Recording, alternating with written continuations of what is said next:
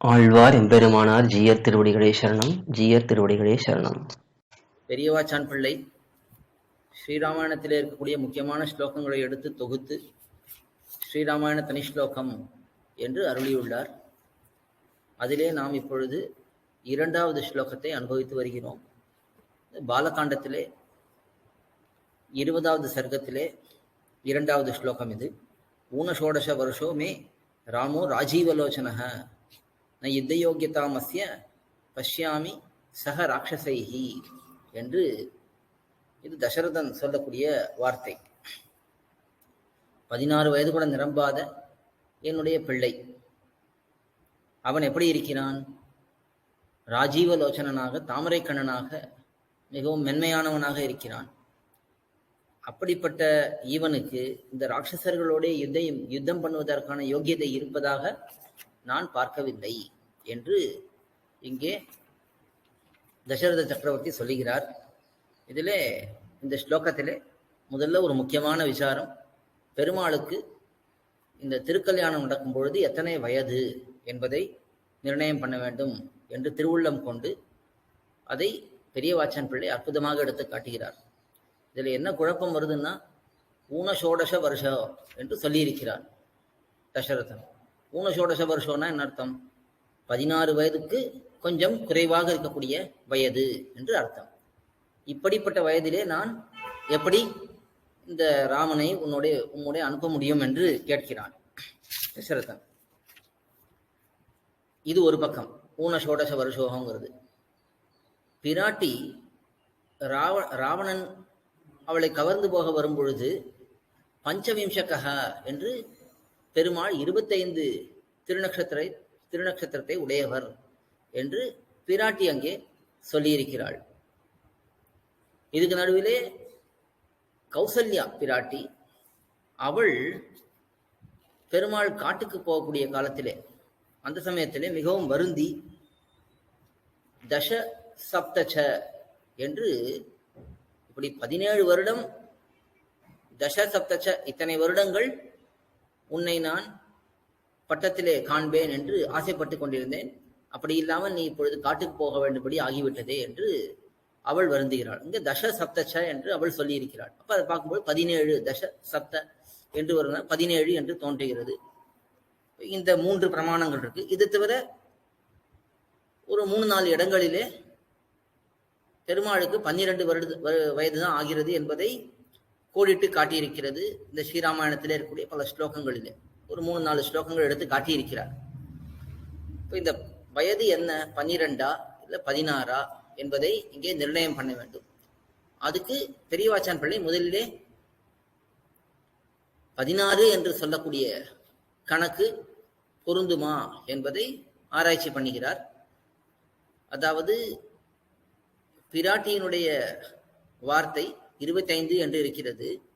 அது மாதிரி பிராட்டி இன்னொரு இடத்திலே சமாத்வாதச தத்ராகம் என்று பெருமாளோட நான் 12 ஆண்டுகள் ரமித்திருந்தேன் என்றும் சொல்லியிருக்கிறாள். அவளுடைய வார்த்தை ஸ்பஷ்டமாக இருக்கு. 12 ஆண்டுகள் பெருமாளோட அயோத்தியிலே படை வீட்டிலே ஆனந்தமாக இருந்தேன் என்ற வார்த்தையும் இருக்கு.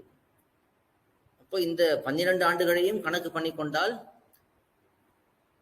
இங்கே காட்டிலே ராவணனை பார்த்த பொழுது 25 ஆண்டுகள் என்று சொன்னதுனாலே அங்கே சொன்ன 25, இங்கே சொன்ன 12, இங்க இருக்கக்கூடிய 16, இதையெல்லாம் வைத்தோம்னா அங்க 25 இருக்கு, இங்க 28 இருக்கு. 16 ஆண்டுகள், 16 ஆண்டுகள் கொஞ்சம் குறைவாக என்று வைத்துக் கொண்டாலும் 12 ஆண்டுகள் உடனே திருக்கல்யாணம் ஆயிடுறது. விஸ்வாமித்திரனுடைய யாக சம்ரட்சணம் பண்ணின பிறகு உடனே திருக்கல்யாணம் ஆயிடுறது. இப்ப 16, 12, 28 என்பதை போல தோன்றுகிறது. அதுக்கு பொருத்தமா கௌசல்யா பிராட்டியுடைய வாக்கியம் தச சப்தச்ச என்று இருப்பதனாலே அதுக்கு ஒரு விளக்கம் எப்படி சொல்லுகிறார்கள்? ஒரு சத்திரியனுக்கு 11 வயதிலே உபநயன சம்ஸ்காரம் பண்ண வேண்டியது. அப்பொழுது அவனுக்கு த்விஜத்துவம் ஏற்படுகிறது, 2வது பிறவி ஏற்படுகிறது. அதனால இங்க கௌசல்யா பிராட்டி என்ன சொல்லியிருக்கிறாள்னா, அந்த 10 வருடங்களை கழித்து விட்டு 11வது வருடத்திலிருந்து இப்பொழுது 17 வருடம் என்று கணக்கு வைத்துக் கொண்டாள் என்று சொன்னா, அப்ப அந்த 28 கணக்கு கிட்டத்தட்ட வருவதை போல இருக்கிறது. அவை இந்த 28ங்கிறதை பொதுவாக பலர் சொல்லுகிறார்கள். அதாவது 16 கூட்டல் 12 28. அதுக்கு கௌசல்யா பிராட்டியினுடைய வார்த்தையும் கொஞ்சம் ஒத்து போவதை போல இருக்கிறது. 28 என்று வைத்துக் கொள்ளலாம். அப்போ பிராட்டி இங்க 25 வயதுன்னு சொல்லியிருக்கிறாளேன்னா அதுக்கு என்ன அர்த்தம்? இது பொதுவான வார்த்தை. அவன் 25 வயது இளைஞனை போல இருக்கிறான் என்பதை சொல்லுவதற்காக பிராட்டி சொன்னாள் என்று வைத்துக் கொள்ளலாம் என்று இப்படி ஒரு சிலர் சமாதானம் சொல்ல பார்த்தார்கள். ஆனா அது இல்லை. பெருமாளுக்கு இந்த சமயத்திலே, அதாவது விஸ்வாமித்திரனோட போகும்பொழுது 12 திருநக்ஷத்திரம் தான். அதற்கு பிறகு 12 திருநக்ஷத்திரங்கள் இங்கே பிராட்டியோட ஆனந்தமாக இருந்திருக்கிறார். அதுக்கு பிறகு 25வது வருடத்திலே தான் காட்டுக்கு போனார். 24 வருடங்கள் முடிந்து விட்டன. 25வது திருநக்ஷத்திரத்திலே காட்டுக்கு புறப்பட்டு போனார் என்பதுதான் பொருத்தமாக இருக்கும் என்பதை பெரியவாச்சான் பிள்ளை காட்டுகிறார். அது எப்படி காட்டுகிறார்னா, இன்னும் 2-3 பிரமாணங்கள் எடுக்கிறார். முதல்ல அதாவது 12 என்று சொல்லக்கூடிய 2-3 பிரமாணங்கள் இருக்கு. அதையும் காட்டுகிறார். அதுக்கு மேலே பிராட்டி அஜாகிரதையாக சொல்ல மாட்டாள் என்று வைத்துக்கொண்டு, அப்போ பெருமாளுக்கு அந்த சமயத்தில், அதாவது இந்த விஸ்வாமித்திரன் அழைத்து கொண்டு போகும்போது திருக்கல்யாணத்துக்கு முன்னாடி 12 திருநக்ஷத்திரம் தான் என்பதற்கு வேறு 12 திருநக்ஷத்திரங்கிறதுக்கு வேறு பிரமாணங்களும் இருக்கு என்று அதையும் எடுத்துக்கொண்டு, அப்போ 12 12 24. அதுக்கு மேலே இங்கே காட்டுக்கு வரும்பொழுது 25 திருநக்ஷத்திரம் என்று அப்படி காட்டுகிறார். அப்போ கௌசல்யா பிராட்டியுடைய வார்த்தை பொருந்தவில்லையே என்று கேட்டுக்கொண்டு அதுக்கும் விளக்கம் சொல்லிடுறார். தச சப்த ச என்று இருப்பதனாலே அது 10, 7 கூட இன்னொரு 7 என்று வைத்துக் கொள்ள வேண்டும். அதாவது சாங்கிற சப்தம் அது எதை காட்டுனா உண்மை தொகை, இன்னொன்று என்று அந்த அர்த்தத்தை காட்டுவதனாலே அப்போ கௌசல்யா பிராட்டி சொல்லுவதும் 10 7 7 24 என்று பொருத்தமாக இருக்கிறது.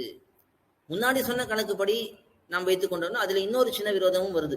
அதாவது 10 ஆண்டுகளை கழித்து விட்டோம் என்றால் 6 ஆண்டுகள் உபநயனத்துக்கு பிறகு ஆயிருக்கு. ஏன்னா 16 வருடத்துக்கு கொஞ்சம் குறைவுன்னு சொன்னதுனாலே இப்போ 6 ஆண்டுகள் ஆயிருக்கு. அதுக்கு மேல 12 ஆண்டுகள் இவர்கள் ஆனந்தமாக இருந்திருக்கிறார்கள். அப்ப 12 6 18 வருஷம்னு ஆயிடுறது. அப்ப இவள் சொன்ன கௌசல்யா பிராட்டி சொன்னது 17 சொன்னதுக்கும் அது மேலே போயிடுறது. இப்போ 1 வருஷம் மேலே போயிடுறது. அதனாலே எந்த கணக்கிலே பார்த்தாலும் பிராட்டி சொன்ன 25ங்கிறது முக்கியம். அந்த 25க்கு பொருத்தமாக 12 ஆண்டுகள் பெருமாள் இங்கே நாட்டிலே இருந்திருக்கிறார். அதுக்கு பிறகு விஸ்வாமித்திரரோட போனார். திருக்கல்யாணமானது. 12 ஆண்டுகள் 2 பேரும் சேர்ந்து, பிராட்டியும் பெருமாளும் சேர்ந்து ரமித்திருந்தார்கள்.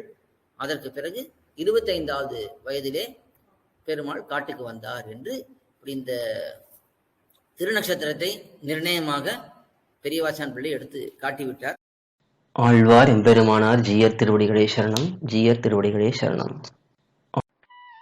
கோயில் KOYIL என்னும் ஆப்பை கூகுள் பிளே ஸ்டோரில் இருந்தோ ஆப்பிள் ஆப் ஸ்டோரில் இருந்தோ டவுன்லோட் செய்து இது போன்ற சம்பிரதாய விஷயங்களை கேட்டு மகிழலாம். எங்கள் வலைத்தளம் koil.org KOYIL.org